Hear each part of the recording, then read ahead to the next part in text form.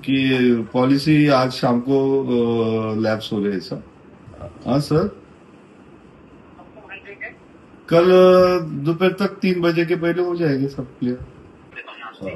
हाँ, मैं अभी सीए साहब के ऑफिस में ही हूँ। सीए साहब को दो ऑफिस में बात करने को। हाँ, एक मिनट साहब, आमची गुप्ता साहेब आहेत बघा।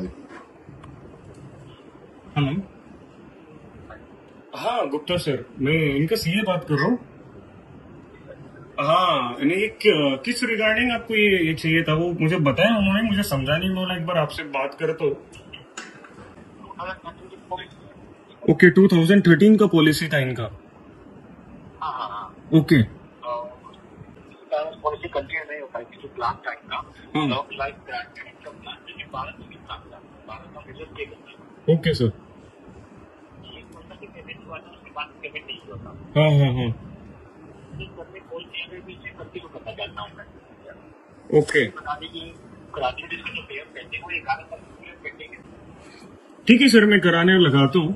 जैसे रहा उनको आगे का प्रोसेस करने लगाता हूँ आपके पॉलिसी के रिगार्डिंग। ठीक है, okay okay okay sir. Bye. याच्यामध्ये बघायला गेलं तर हे पॉलिसी स्कॅम्स आहेत, जेणेकरून बऱ्याच महिन्यापासून यांना एक फेक पॉलिसी तुम्ही पूर्वी 2013 मध्ये 14 मध्ये पॉलिसी काढली होती आणि 2025 मध्ये हे सायबर गुन्हेगार नागरिकांना फसवण्यासाठी हा नवीन स्कॅम बांधतायत आणि त्याच्यामध्ये सांगतायत की तुम्ही पॉलिसी केली होती रिन्युएट करून घ्या, जे तुम्हाला लाखो करोडो रुपये मिळणार असतील असे सांगून विविध त्यांच्या अधिकाऱ्याशी त्यांच्या बोलण्याला लावतात।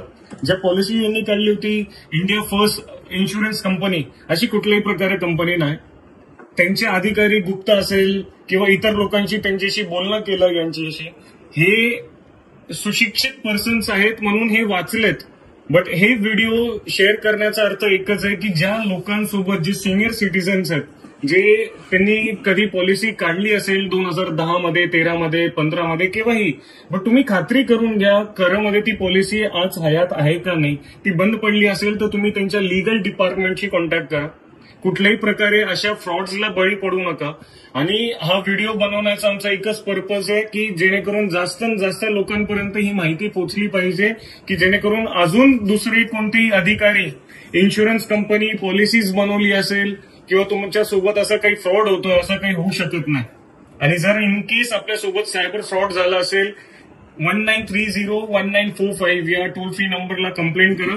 आणि कुठल्याही प्रकारे यांनी या इन्शुरन्स कंपनीच्या नावाने तुम्हाला आधार कार्ड, पॅन कार्ड, तुमचे सिग्नेचर्स, तुमचे फोटोज पाठवले असतील किंवा मागितले असतील, तर त्यांनी कुठलेही गुगल फॉर्म दिला असेल, लिंक्स प्रोव्हाइड केली असेल तुम्हाला व्हॉट्सअपला, तर ते डाउनलोड करू नका।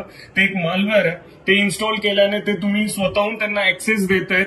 एनी डेस्क ऍप्लिकेशन असेल त्यांच्या सांगण्यावरून अशा कुठल्याही ई केवायसी साठी व्हिडिओ ओपन करू नका। सुरक्षित रहा। जय हिंद।